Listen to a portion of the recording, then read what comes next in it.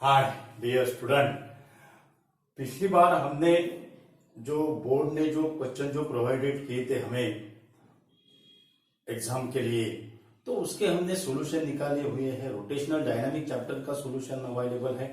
उसके बाद mechanical properties of fluids, उसके बाद thermodynamics, kinetic theory of gases and radiation, wave optics, electromagnetic induction, इसके हमने ऐसे 1 टाइप, ऐसे 2 टाइप्स, न्यूमेरिकल्स, एमसीक्यू टाइप्स, उसके सभी के सभी सॉल्यूशन हमने आपको निकाल के दिए हैं, उसको समझा के दिए हैं।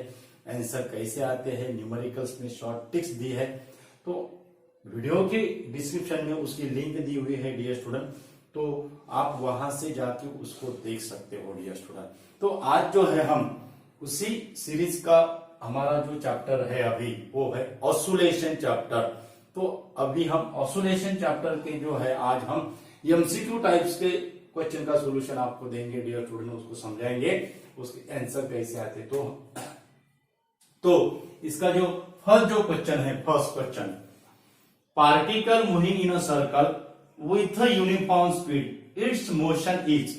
अब हमें ऑप्शन दिए हुए हैं periodic and simple harmonic, non periodic, उसके बाद पीरियोडिक बट नॉट सिंपल, और non periodic but not a simple harmonic. Okay, तो सर्कल का जो है यानी वो सर्कुलर मोशन है, particle moving in circle with uniform speed यानी सर्कुलर मोशन है। अब सर्कुलर मोशन जो रहता है it is a periodic motion, यानी जहां पे इसके जो नॉन पीरियोडिक जो ऑप्शन रहेंगे वो ऑप्शन क्या होंगे, कैंसिल हो गए, यानी नॉन पीरियोडिक का डी ऑप्शन कैंसिल होगा और बी ऑप्शन कैंसिल होगा। अब रिमेनिंग ऑप्शन रहे ये और सी में, यानी हमारा जो ऑप्शन रहेगा वो ऑप्शन रहेगा ये और सी में ऑप्शन रहेगा। अब हमें सिर्फ 2 ऑप्शन देखने हैं, ये और सी।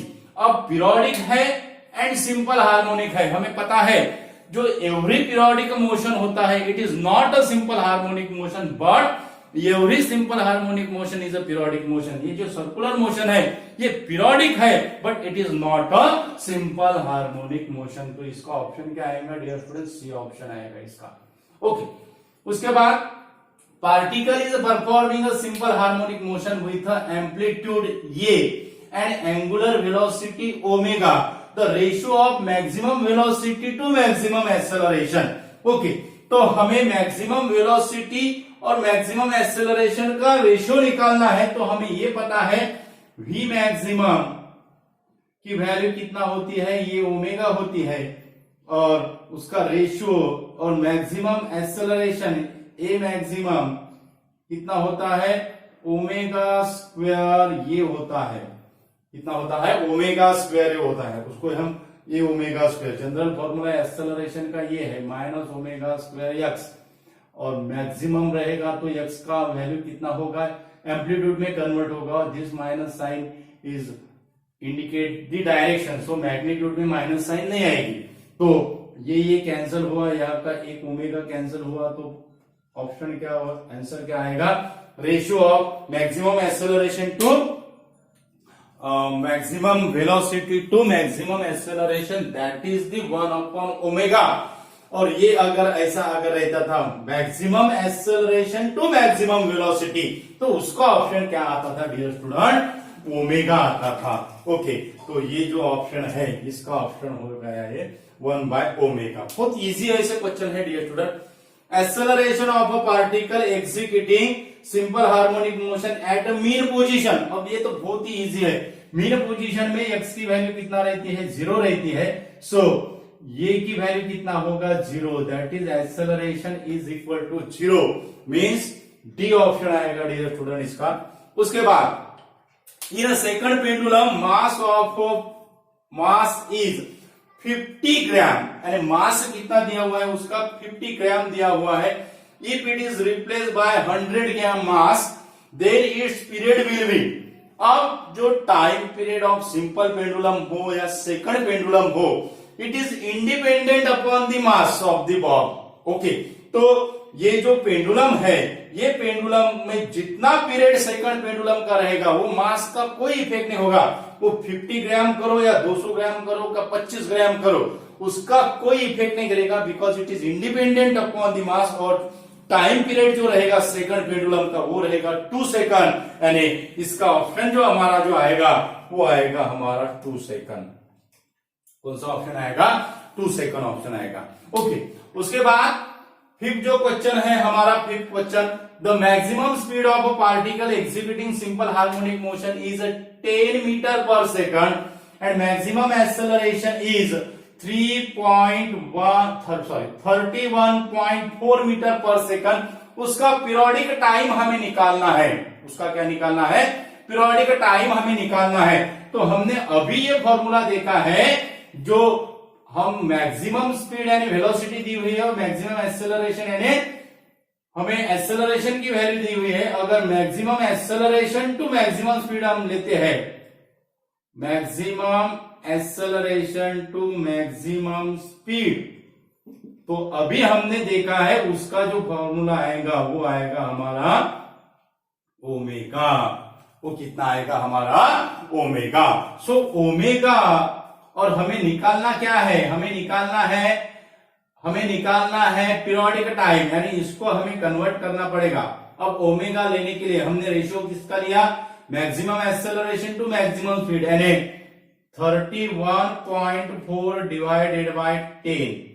ओके, 31.4 डिवाइडेड बाय 10 और इसको it is equal to omega. अब हमें निकालना है टाइम पीरियड निकालना है, यानी ओमेगा का कन्वर्शन हम किस में करेंगे? Omega equal to omega T equal to 2 pi by omega, so omega equal to 2 pi by T. Omega का फॉर्मूला क्या होगा? क्योंकि maximum acceleration to maximum displacement ये कितना आ रहा है हमारा? ओमेगा आ रहा है। तो T equal to 2 pi by omega होता है, तो ओमेगा इक्वल टू कितना होगा? 2 पाई बाय टी होगा।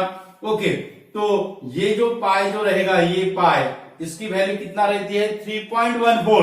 3.14 अगर लिया हमने, तो ये डेसिमल पॉइंट अगर यहां अगर शिफ्ट अगर किए तो इसको 10 टू द पावर 1 से मल्टीप्लाई करना पड़ेगा, यानी 10 कैंसिल हो गए, यानी ये पाई कैंसिल हो जाएगा, यानी 2 divided by T that is equal to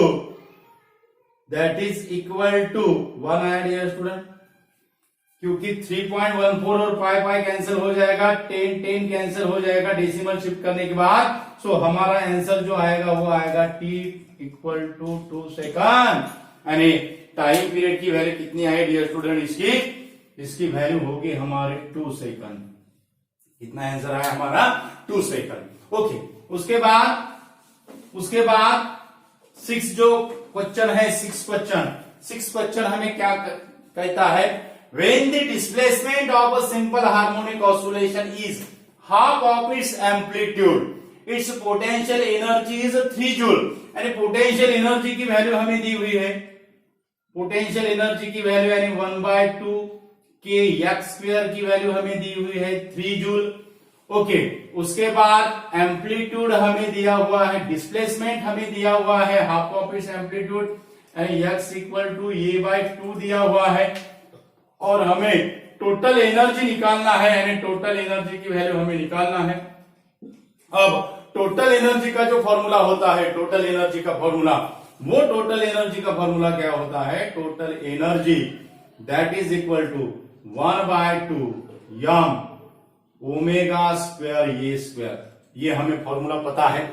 अब यम ओमेगा स्क्वायर ये है, वो हम के की इसमें भी लिख सकते हैं, यानी ये जो फॉर्मूला होगा वो ऐसा फॉर्मूला हो सकता है 1/2 के ए स्क्वायर, 1/2 के ए स्क्वायर। अब ये जो है ये की वैल्यू यहां से हमें सब्स्टिट्यूट करना है, यानी इसका अगर हमने ये फॉर्मूले से अगर हमने ये की वैल्यू निकाली तो हमें मिलेगा ट्वाइस एक्स, यानी उसका स्क्वायर करना पड़ेगा, तो वो हो जाएगा 4x स्क्वायर। वो क्या होगा? 4x square. तो हमें क्या मिलेगा? 1/2 के 4x स्क्वायर, 1/2 के 4x स्क्वायर, ये आई हमारी टोटल एनर्जी।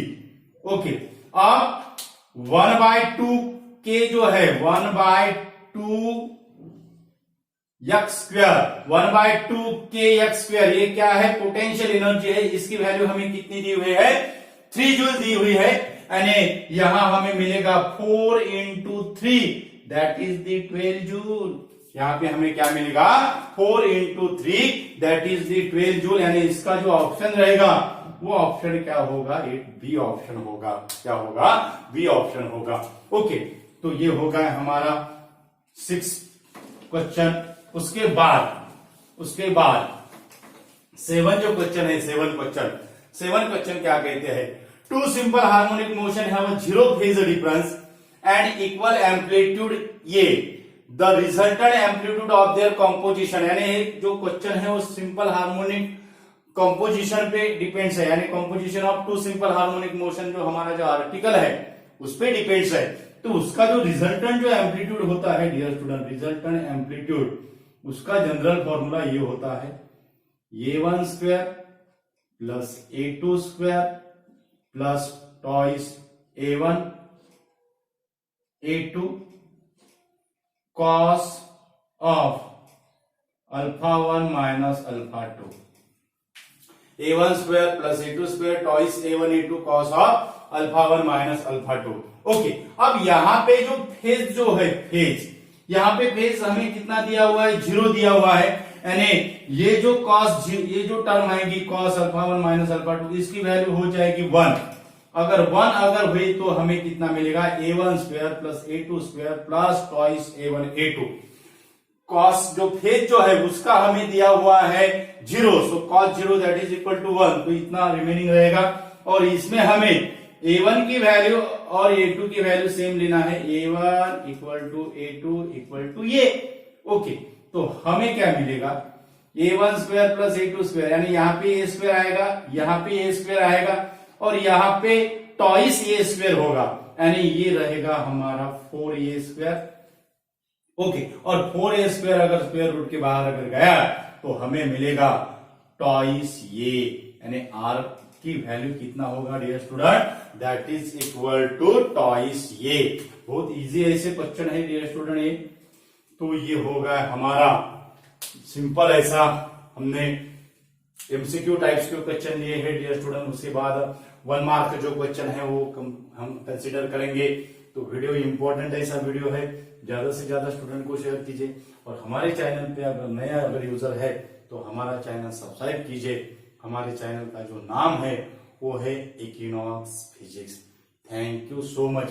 और इम्पोर्टेंट क्वेश्चन आंसर जो रिमेनिंग चैप्टर के जो है, यानी बाकी जो अदर जो चैप्टर के भी है जो हमने पहले आपको कहा है, उसकी लिंक हमने वीडियो के डिस्क्रिप्शन में दी है डियर स्टूडेंट, तो वहां से भी आप उसको देख सकते हो। Thank you so much.